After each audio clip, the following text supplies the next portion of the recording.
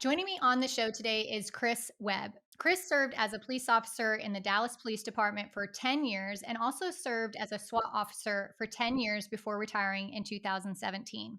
During his time as an officer, Chris witnessed unthinkable accidents and crimes, from deaths of children at the hands of their own parents to losing colleagues in the field. After retirement, Chris found himself struggling to cope without the daily support from his team. He realized how vital it is for officers to receive counseling and to prioritize their mental health and self care. In 2019, he and his wife founded Righteous Oaks Retreat, a 3-day retreat for current and former law enforcement officers to seek counseling to combat the internal and external pressures of their profession to lessen the long term effects.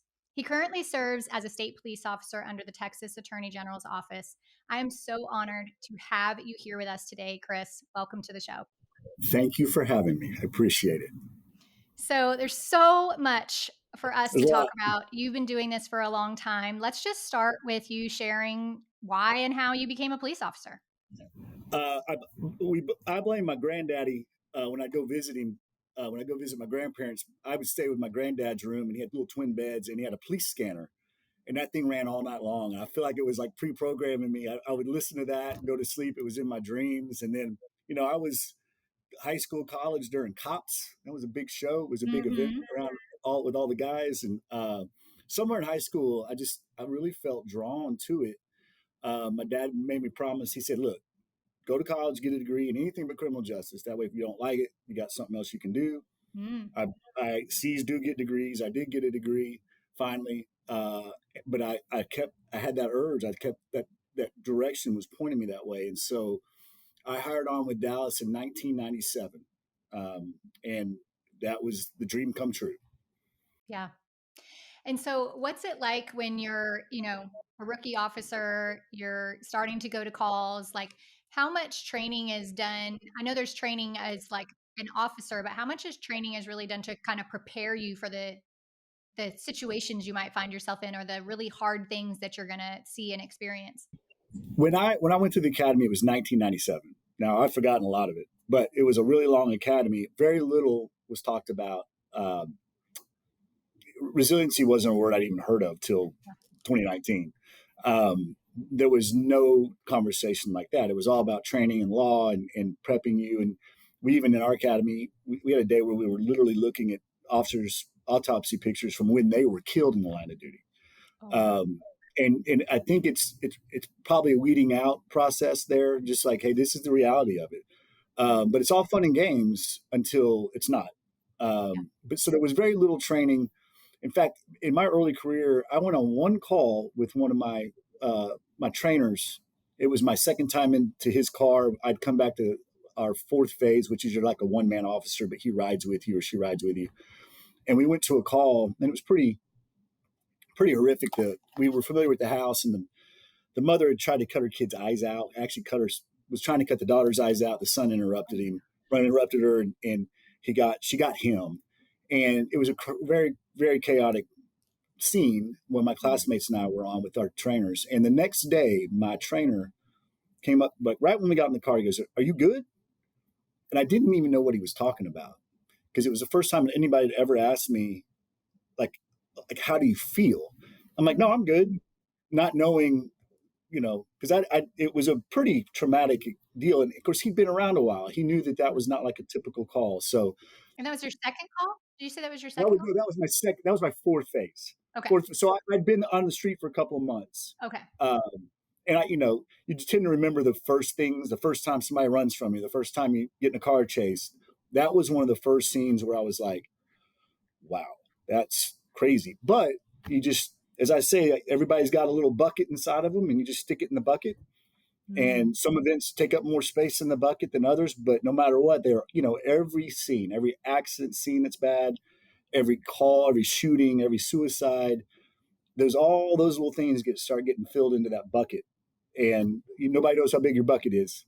You don't know how Mm. big your bucket is. And no one explained that to us back in 1997.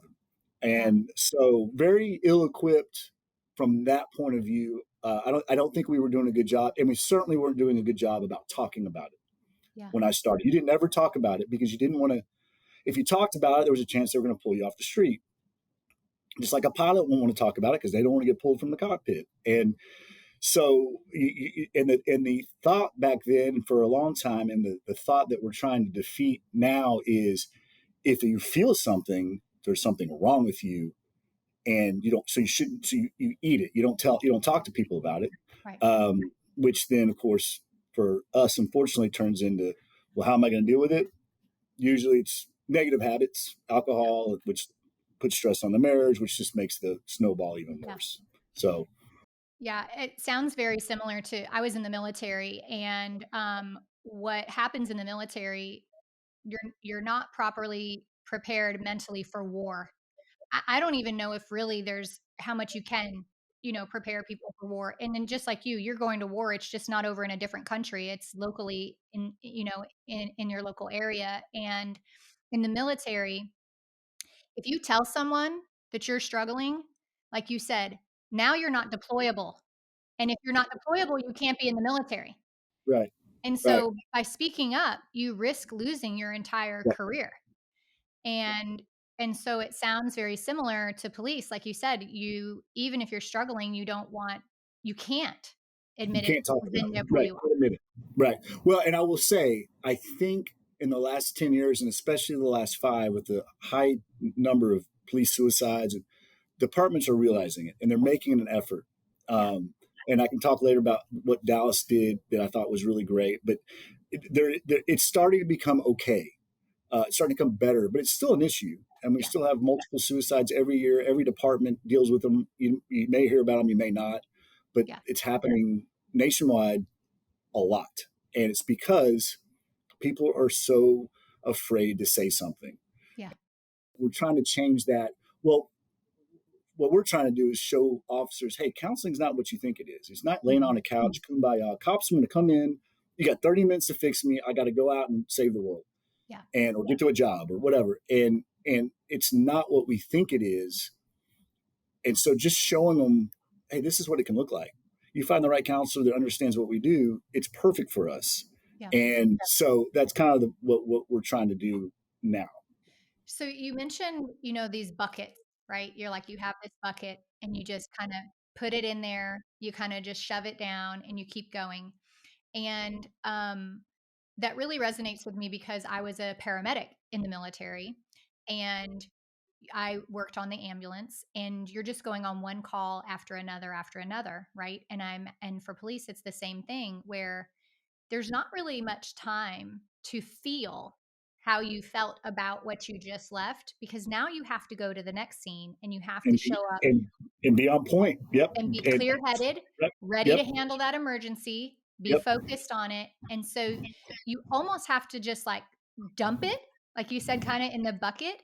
Yep. And But move on. then what happens after you get to the point where your bucket is too full?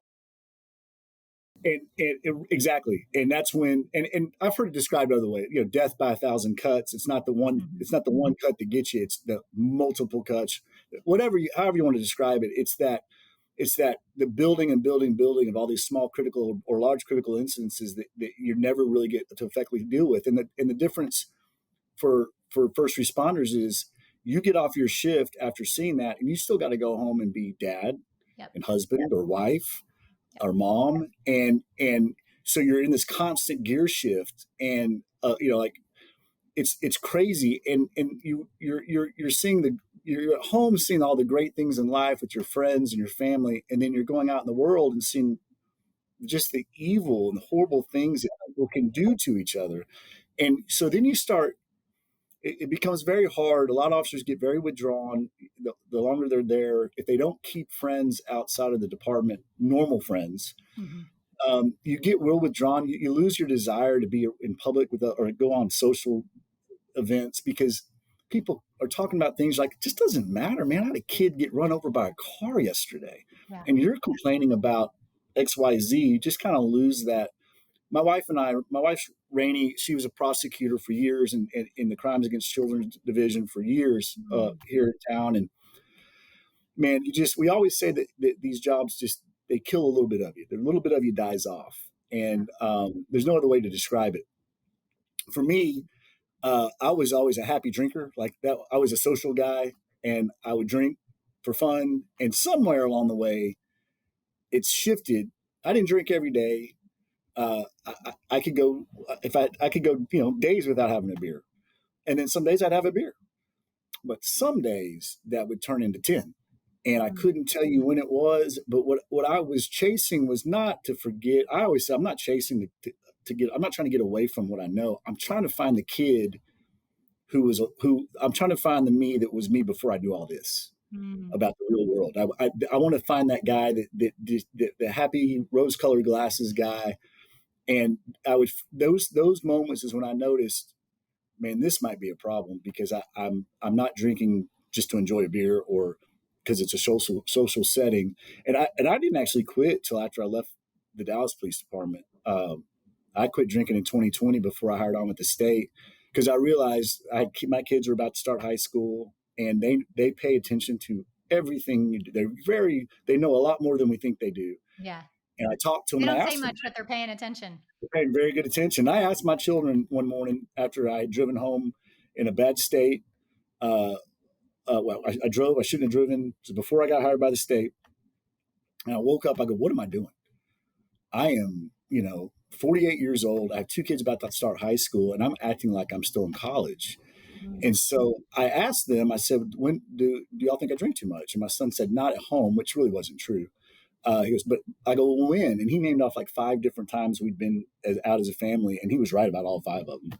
And then my daughter, his twin sister, she's like, all the time, all the time. I'm like, you're just your Wow. mom. So that's actually, and I know how I am. I was a Copenhagen addict since I was high school, and I just need a little fence, to stop me, something. And so I that was the conversation that helped me. And we went in that day and poured everything out in the house. And I actually hadn't had a drop of alcohol. I'm not saying you have to quit drinking. Yeah. You should quit drinking. I'm saying if you're drinking 18 beers a day, knock it down to 9. Yeah. Bring it down a little bit because I was trying to hide a lot of. I wasn't trying to hide, or I was trying to just, I say, discover or remember who I was before I Mhm. knew all this crap. I'd love to be able to Yeah. just take it out and throw it away. Yeah. Well, alcohol often is it helps. It's a numbing agent, right? It helps us relax. And when you always are at such a heightened state, when you do a job where you have to always be alert, you always have to be aware, you always have to be on, you're seeing, like you said, the worst of humanity. You're dealing with heartbreaking things that happen to children, to people everywhere. Like when I was a paramedic in Atlantic City, we worked very closely with the police department. And um, many of the officers, there was a lot of drinking and other things, and a lot of it, I think, um, it's it's a way for you to try to let go of all the things that you're carrying, right? Because you don't wanna unload it on your family. They can't handle it and shouldn't handle it. You know what I'm I don't saying? want them to know about it. Right. Right. And so you're carrying all of these horrible things that you've seen. You don't have time to really process them between calls. And like you said, there's not really an outlet for those feelings and those thoughts because if you do, now you're risking losing your job. Right. And so it's Exactly. just this big circle, and what I found, I knew when it was time for me to not be a paramedic anymore is because when I had become so hard-hearted, like I became hard-hearted in a way to protect myself from the horrible things that I had seen. I mean, working in Atlantic City, you have people who gamble away all their money and then they jump off of the casinos and, because they can't go home and tell their spouses they just got rid of their entire life, lost their whole life savings, like horrible, horrible things that you see there. And you know, I became so hard-hearted that I almost found that I there wasn't much that even upset I was be it was very difficult to even upset me anymore. It's like I could show up to something and it could be terrible and it wouldn't even affect Yeah. me.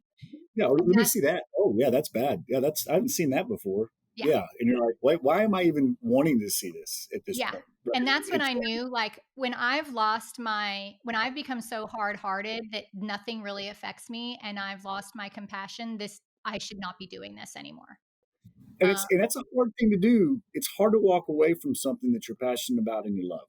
yes, And I because think you a do lot it of because you wanna help people. right, right, and you love it, and you feel like it's who you, and it becomes your identity, which Yep, can be really hard yep. to walk away from. I didn't in I hired on 97, and on the exact date I hired on, 10 years later, I got selected to go over to the SWAT team.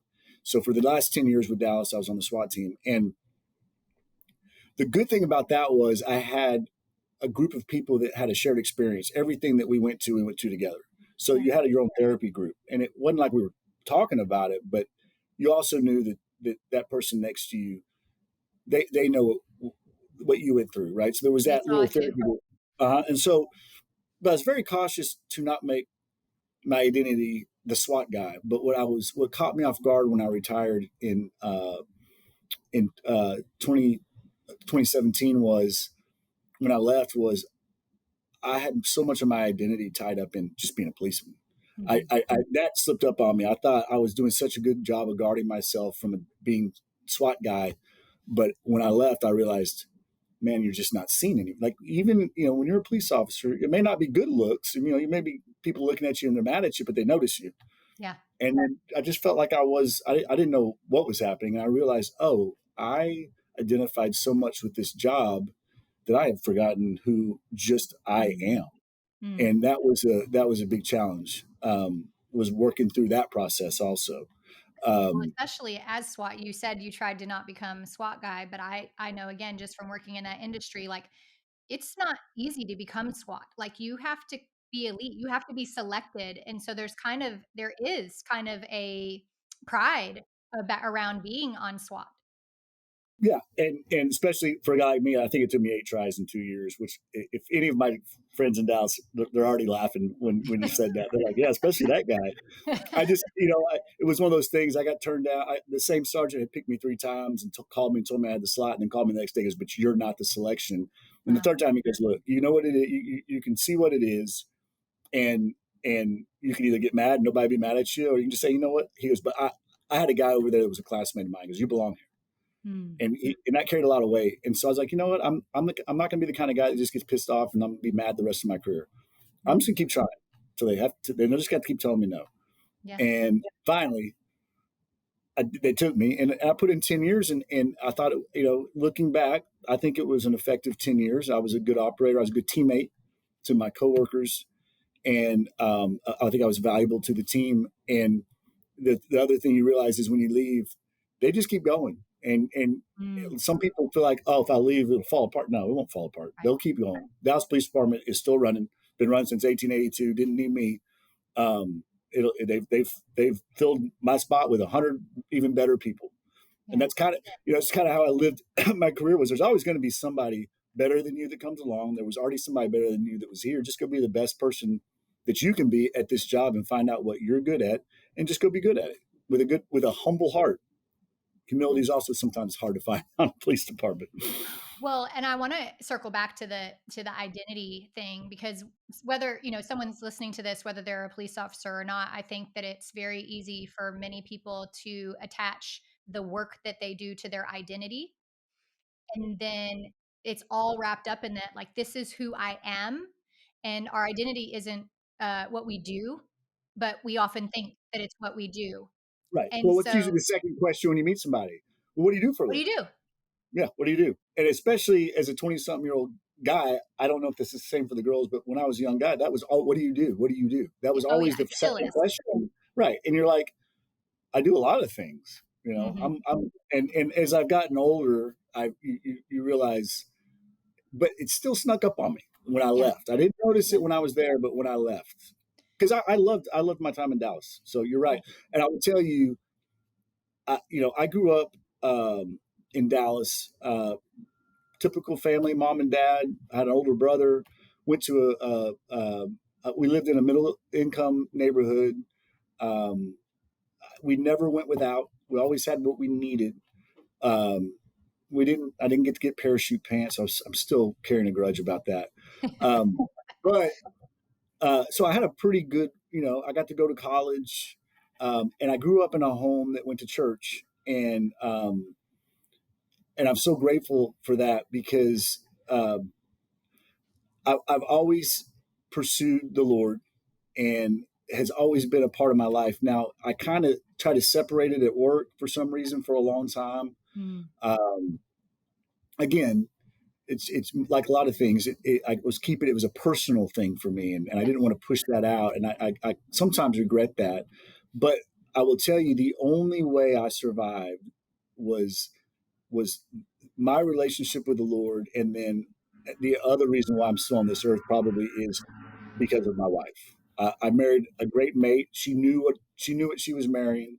I married later when we were 20. I was 29 when I got married. Um, so I'd kind of gone through a little bit of a wild, the young early 20s, and um, without her in my life, who knows where I would be. But Yeah. she of course worked in law enforcement as a prosecutor. She understood Understood. Yeah. the job, which was Mhm. was great to be able to come home, and the days I didn't want to talk, she understood it, and then she'd give me some space, and then eventually I could talk to her, Yeah. and she didn't, she got it, and that was I'm so grateful for that because without those two things, I don't know where I'd be. So you said like when you're in SWAT, and even as a police officer, you guys are all you're all experiencing the most tragic, awful things. You're seeing things that most people in this world will never see or experience. And you'd think that that time in is the hardest part. But then you leave, right? And you think like, "Oh, now there's no more stress. Now I don't have to deal with that. Now I get to retire and enjoy my life." But that's not exactly what happened when you It's retired. not So it's talk not what about that. happened for me. Absolutely did not happen for me. In fact, what a couple of things I realized. First of all, was how much I missed that therapy group of my squad on SWAT. In patrol, you all work the same shift with the same people, but you're over here answering this call and they're over here answering that Yeah. call, so you're not always. But Together. with the SWAT team, the squads, we were together all the time, so we knew each other, we knew what we were seeing, and I thoroughly missed that fellowship and that group when I left. The police department does not prepare you at all for what it's going to be like once you leave. You have no Mhm. idea. And what I realized was everything you carried around for your career that you didn't deal with correctly is still there. And now you got nothing that you don't know what to do with it. You're not busy, Um, you're not distracted. right, right. You're not distracted. And we had a very big critical incident July 7th of 2016 where 5 officers were killed on the same night at a Mhm. protest. 4 Dallas officers and a Dart Dallas area rapid transit officer. And um, that was a huge event for everybody in our department. And then for everything became a SWAT problem for the next 3 weeks. So I didn't really even start processing all that. The first night I was sitting at home, somebody had sent me a video of a woman who had been in the crowd who had actually been hit. She was the only civilian that got hit, and she'd been there with her sons, and they got separated. And they sent me the link. I started watching it in my house. It was the first night I'd actually got to come home in a normal hour, and I couldn't watch it right there. I got up, I went out to the fire pit, and for the next couple of weeks, every evening, I just would go straight to the fire pit, and I drank. And when friends would ask how I was doing, my wife would be like, he's drinking through it. And then one day she walked out and she said, "Tonight's the last night." And I went, "Perfect." And Wow. so we had this huge event right before I left in 2017. I almost felt like I was letting everybody down by leaving. Ultimately, nobody cares.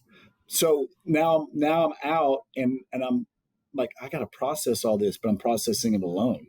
And so it definitely threw me for a loop.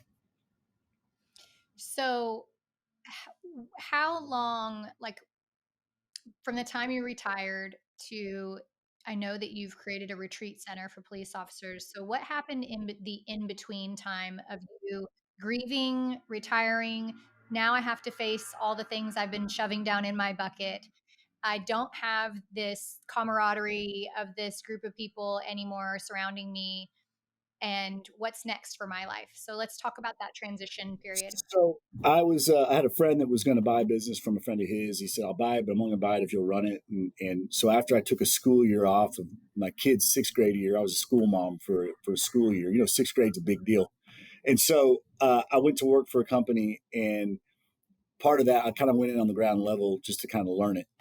And so I spent a lot of time by myself driving around, and I was on the phone with a reporter who was doing a follow up on a story that had done for the July 7th shooting. And she'd done a really great job. And we all talked to her, and she was writing a book. And so I ended up talking to her over the course of 3 days. And one of the things she told me right before we were done talking was how what she had realized was how much guys were struggling. And so I've got guys that I know who are tough as nails who were opening up to her, and because they had built a rapport with her. And she's not a counselor, she's a reporter. And I realized we're in a bad place. And that was the inception of the idea. I'm like, I need to do something. What can I do? Because I wanted to feel a part of, I didn't want to be gone from the community, but I didn't want to work as a Dallas cop anymore. Yeah. I thought I was completely done with law enforcement. Got out other plans. So I was telling somebody about my idea, and they said, you need to read this book. And then it was a book by Dr. Tanya Glenn, who has a practice down outside of Austin, and it's called Resiliency in First Responders. It's the first book she wrote. And I read it, and I can't even get through a pamphlet normally. I get real distracted, and I don't like. I read this thing actually on my way to an event in Nashville, and I read it cover to cover before I even got there. And I'm like, this gospel needs to be spread to every officer from the day one they're in the academy, and everybody else needs to read it. And I was like, this is maybe what I need to do. And so the idea, the concept of Righteous Oaks retreats, was born. And my wife and I had some property outside of Austin. We thought we would maybe turn into a counseling center for this thing, which would have never gotten done. But one of the people I met at that event, a guy named Jed Strange, had turned his family's property into a retreat center. And when I told him what I wanted to do, he goes, "Don't do that." He said, build the program, and you can find places to go do it." And so that's kind of how it all started in 2019. And I'd set a date for early 2020, April. I'd picked randomly just on the calendar, and I was starting. All right, we got to start now. I was doing the load of the work, which is why it didn't come to completion. Also, COVID hit, and that November, I had left the job I was at. I had decided I'm either going to either become a teacher, or I'd heard about this other job in law enforcement. And I'm like, that's the perfect job. And so I was applying for that. I was substitute teaching through that fall while I was also trying to put together this retreat. COVID hit, no more subbing, and the state called and offered me a job. So we just kind of put the whole thing on the shelf. But that's kind of how it started. And then it got rebooted. A classmate of mine that's a Dallas officer still, he started a podcast called Bridging the Divide. And it has done wonders for officers because he's had people on who are very respected, who are talking about their career and talking about when they had critical incidents and talking about how negatively it affected them. And other officers hearing other officers saying, I struggled with this. I struggled with that. It's very freeing because you're like, oh, I'm not abnormal. I'm like, if that guy struggled with that, it's okay for me to say I'm struggling with this. And it's done wonders for the community. And so my wife and I were actually on that podcast. And when we walked out, she goes, we have to get the retreat going. And I had just taken a promotion at my job. I was like, you're going to have to do it. And it actually happened. It happened in June. We had our first event. That's amazing. I answered a whole lot right there. It was a lot of talking for one. No, that was great. I mean, that's what I wanted to know is that transition part. And I think what's really interesting that you shared, and it's one of the reasons that I do this podcast, is the first step, maybe first step or second step would be the beginning step of getting over something hard, building resiliency, perseverance, is talking about it. And most people don't realize just the release that comes from just saying it out loud, right? We hold so many things inside. I say this to my children all the time. I say this to my employees, like I say this to friends, and people say it to me. Like, we're so afraid that if we say it out loud, like someone's going to judge me, or I'm going to lose clients, or I'm going to lose my wife or my husband, or I'll lose friends, or I'll lose whatever. And so there's so many people in this world, police officers or not, that are walking around holding on to these traumatic events, these things that are they're struggling with. And there's so much healing that starts when they just allow themselves to speak it out loud, and that's when the healing begins. So exactly what you're saying here is like just the fact that someone is willing to say, this was hard, I struggled with this, it just it gives other people permission to be like, okay, I can Exactly. do this too. I can do this. I can. Yeah. They've struggled. That means I'm not wrong. I'm not different. Right. And the thing that about that book that really woke me up was it was dealing with critical instances or just the accumulation of incidences. It's not a emotional thing. It has nothing to do with emotion or weakness. It's the physiological way your brain files things that can get messed up. Mm. And um, when I listened to that, in fact, I went and listened to Dr. Glenn speak at a police conference down in Houston, and I really went to watch the reaction of the officers. And at 8 a.m. Saturday morning conference room with a couple hundred people in it, I'm like, this is going to be a catastrophe. Not one officer was looking at their phone. They were so focused on what she was saying. Mm. There was a lot of nudging when people would say things, kind of like, remember when you did that or when this happened to you. And what you realize is, man, it's not emotional. It's just my brain didn't do it right, or Yeah. it's or I just need to close that chapter, and I don't know, I'm not equipped to do that. Yeah. And so once I figured out that it wasn't emotional, that it's physiological, it's how the brain files events, it kind of changed. I'm like, oh, well, that's fixable. You can Yeah. fix that. It's not emotional. It's not a weakness. It's just saying, hey, I got something in my brain that's not in the right place, and I know that there's a solution to move it, whether it be just straight in, doing counseling or doing EMDR.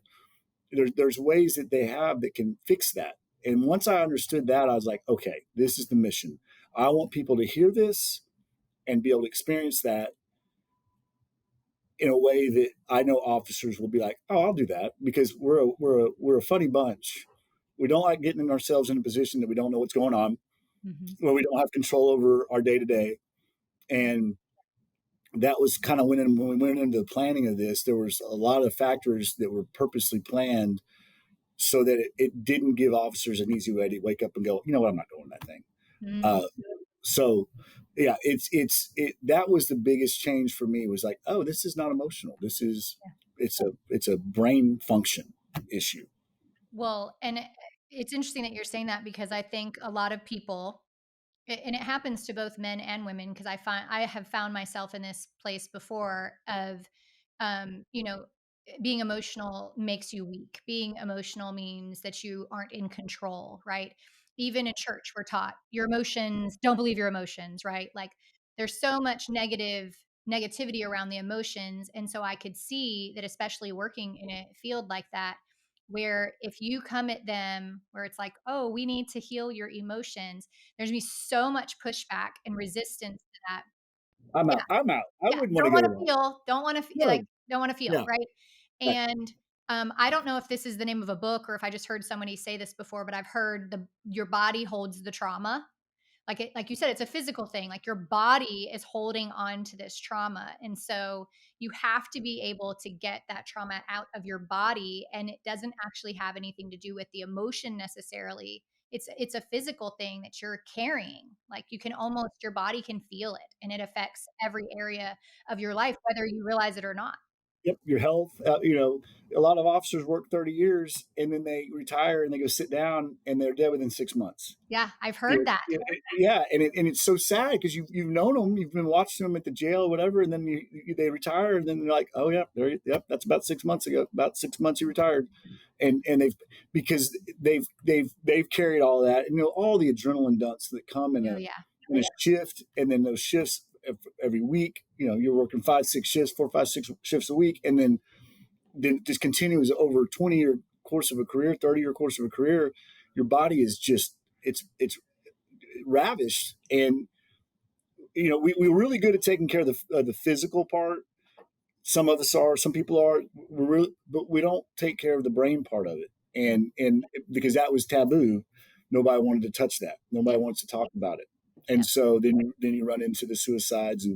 And one of the things that happened this summer, that in 2019, when I was coming up with, I had a friend a guy I worked with who we were very friendly with. I mean, I didn't spend time with him outside of work, but when we were at work and we see each other, we'd worked in the same area. And so he'd retired, and he ultimately committed suicide 2 years after, I think it was 2 years after he retired. And I'm like, and then here I am retired. I'm like, oh no, I get it. I understand what happened or why this could have happened. Yeah. And so I'm like, this has got to stop. We have this, and the information I had read was good for a brand new officer, and it was good for a 30-year officer, Mm-hmm. because either if you may not have experienced these things yet, but you're going to, and now you know what to look for. And if you're a 30-year officer, it kind of helps you understand, oh yeah, that's everything that's being described there. That's me, and there. Oh, I need to probably work on that, Yeah. and I've identified it. Yeah.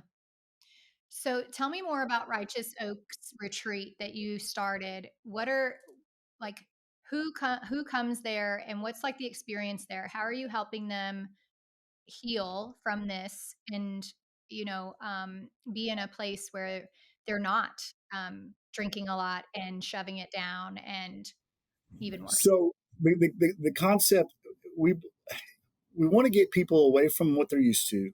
We want to give them a couple days of just to relax, to kind of to be restored. Mhm. Um, and it's very loose because cops don't like, they want to know what's going on. So when we first came up with the location, my wife, Rainey, had hosted an event out at Bob Goff's place outside in Ramona, California, Mhm. called the Oaks. And it's a great place with wonderful people. And she goes, let's just do it at the Oaks. I'm like, no, I don't want to go to that turned out to be probably the best decision, because it would be very easy for an officer to wake up looking at a 3-hour drive and go, I'm not doing that. But when Yeah. you've already got a plane ticket with your name on it, it's hard to turn that down. Mhm. So the idea was it needed to be free. I don't want the officers to pay a dime, because again, they won't go. Free, away from what they're used to. And then we worked with Dr. Glenn in 2019. She's like, I'm on board. And so she put the program part together, and Rainey and I kind of filled in the rest. Mhm. So it's a 3-day retreat, 2-night, travel day on the front end, travel day on the back end. So it's one full day. And we picked the Oaks, which again, when it's 110 in Dallas, in Texas, it's sure nice to be where it's 50 and 60. You're like, oh, this is worth it just right here. Yeah. We fly the officers out. It's usually, the doctor said 10 to 12 people, and it was her and one of her associates that were in charge of the program. And so she said 10 to 12 will probably be about the right size.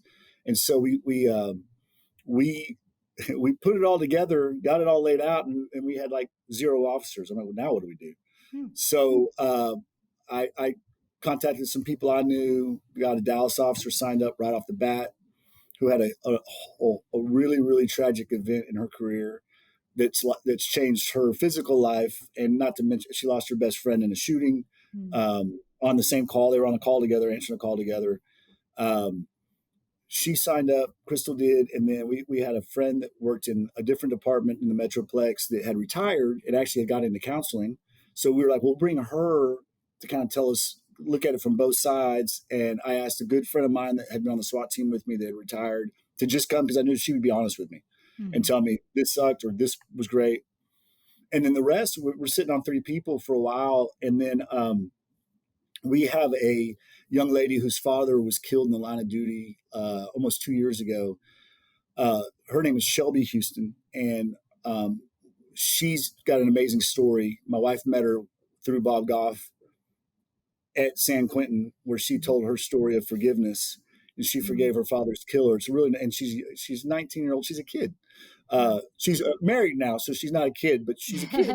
And we invited her to come, and so through her we met her dad worked for Mesquite Police Department, and we ended up talking. She put us in contact with the assistant chief there, Chief Yates, who's a great guy. And when we had a three-way conversation, my wife was at work, I was in Bryan, Texas, and he was at in the parking lot of Tractor Supply, and we're trying to explain to him what we're doing. He's like, "It's free." I'm like, "Yep, it's free." So they ended up bringing 7 Mesquite officers. So it was 10 officers from Texas, and we had 2 San Diego officers who were friends with one of the people that works at the Oak. So that's how we found the officers. And so it's a 3-day fly up there. Right off the bat, right off the van, it's a session with Dr. Glenn, about an hour and a half, and it's great because it kind of builds her credibility with the officers. Mm-hmm. They learn a ton. It's like drinking from a fire hose. And then it's like, hey, next thing is, and I don't want them to lift a finger. Their bags were put away for them in their rooms.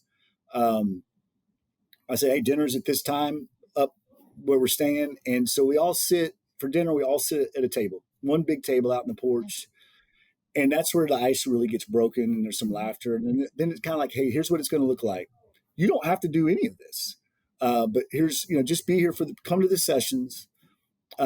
And then after dinner, it was really just hangout time. Day 2 started with kind of a get to know each other with Dr. Glenn kind of leading that. And then what was really cool was every officer was offered a one-on-one with Dr. Glenn and her associate where they would offer EMDR. Mm-hmm. And every single officer that came tried it. And I told them at dinner the first night, I tried it. I didn't notice anything. Because I don't think I have one big critical incident. I just have all these things. Yeah. And so when I did my EMDR, I went home that night. I was like, I don't know anything happened. And then I went to bed, and I had the craziest. I've never dreamed like I dreamed that night.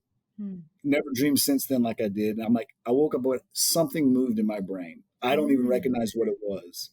And I told everybody that. And some people walked out from their EMDR session and like, changed my life.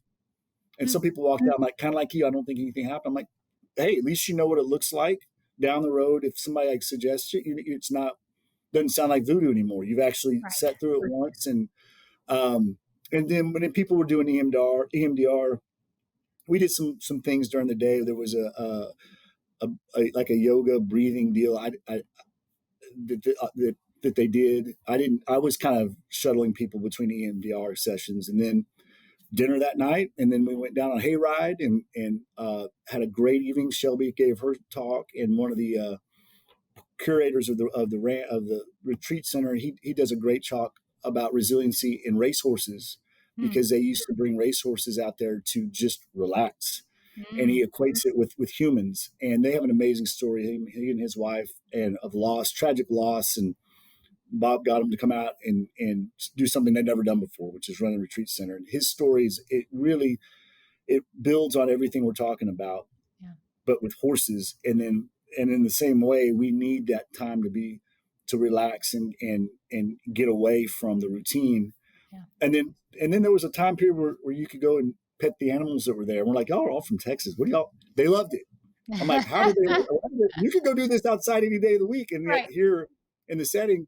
And the next day it was our closing session, and we drove back to San Diego and had lunch and flew home. So it's a pretty quick turnaround. But we were talking about it on a different podcast with Chief Yates and my friend who I had invited, and we laughed about not having TVs. And Chief Yates is sitting there, and he goes, I just realized there wasn't a TV in my room because I didn't miss it. I'm like, exactly.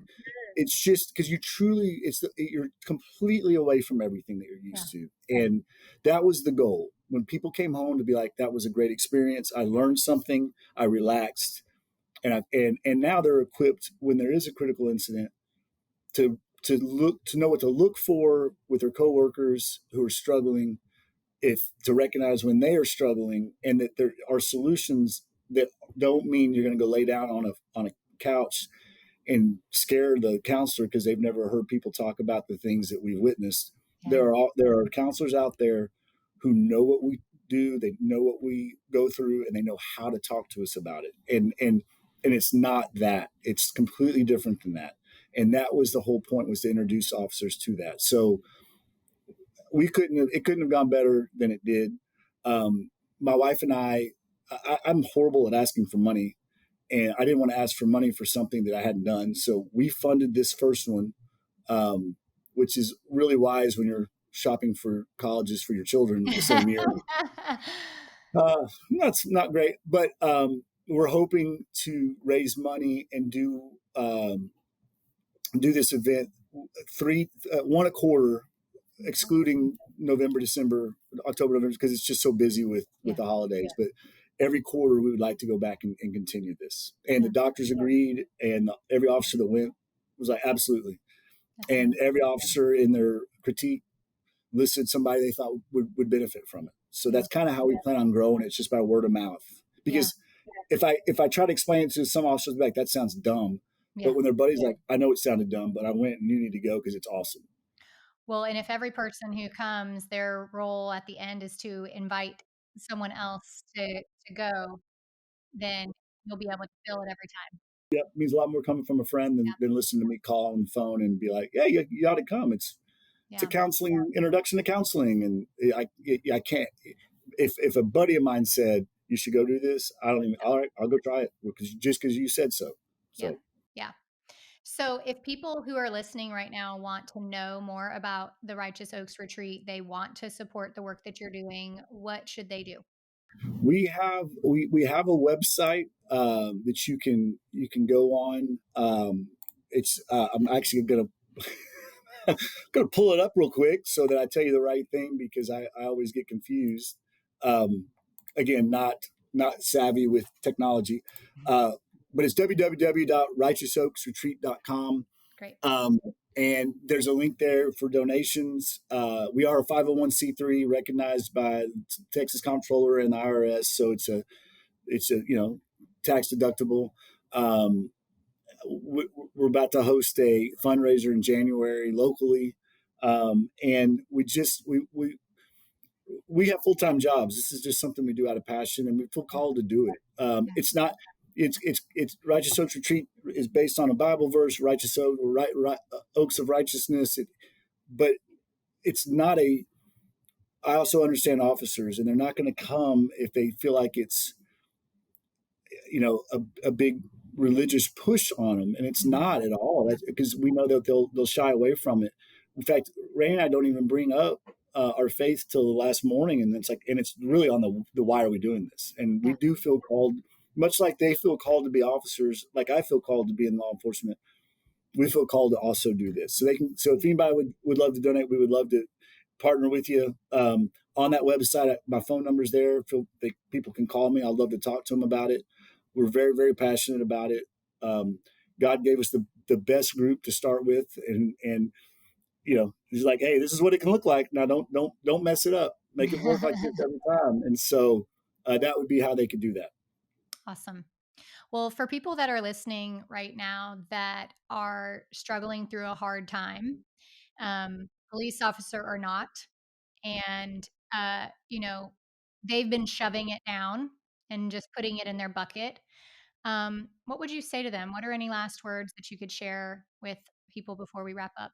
There's a solution, and it doesn't have to be that way.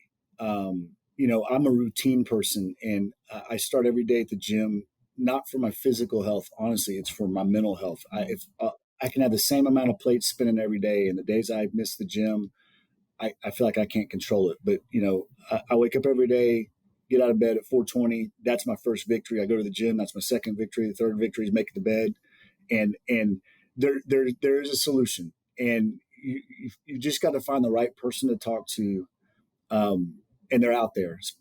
There's plenty of great counselors in the world, and that are specific to your situation. For Yeah. law enforcement, there are ones who are specific to first responders. No matter what you're in, and it doesn't have to be work related. A lot of the trauma for a lot of people's really deeply rooted in something that happened in childhood. You just got to find that right person that knows how to talk to you, and you can have some bad experiences. I've heard some people have some bad experiences with counselors. You just keep looking because the solution is talking about it, and I'm a firm believer in that. Yeah. Yeah. Well, I'm glad you said that because I think there's some people listening that haven't talked about it. And that's the first step. And I feel like that's been the overall theme of this whole talk today is like, just find somebody that you trust, that you can, that you think the scary part is going to be telling them, but that's the relief. It's That's it's the it's beginning of the it's relief. unbelievable. It's unbelievable how freeing it is to go and to just go and just let it out. Because once you've let it out and you walk away, and I have a good friend that's going to counseling, and she laughs. She's like, every time I go, I'm like, I don't want to go, I don't want to go, I don't want to go, trying to find an excuse. And then every day on the way home, she's like, so glad I went. Yeah. And sometimes it's a one or two steps and you're good, and sometimes it takes a while, Yeah. depending on what that trauma is. But um, you'll get there. Just don't stop. You got to start and then keep going until it's done. There is a solution. It doesn't have to be like that the rest of your life. And then find the way, find those things in your day. It may not be going to the gym in the morning. Maybe there's something that you do daily that just puts you in a good frame of mind to tackle the day. Because there's always going to be something. Hmm. Life has got a lot of curveballs. So Yeah. Yeah. Well, Chris, this has been a wonderful conversation. I'm so glad that you took the time out of your day to meet with me. thank you, Thank you thank so you, thanks much. for having me. Yeah, and thanks Yeah. for what you're doing. This is Thank you. exactly what needs to be done. People need to Yeah. talk about it. Yeah. And I hope people listening will go and support your Righteous Oaks retreat. And so we can continue to help Would support love it. people who protect our communities. Thank you. Thank you very much, y'all. Today's story was a remarkable testament to human resilience, courage, and perseverance. I encourage you to carry their lessons with you to use as an opportunity to grow, evolve, and strengthen your resolve. As a special gift for my listeners, I've put together a free guide called the Resilience Playbook.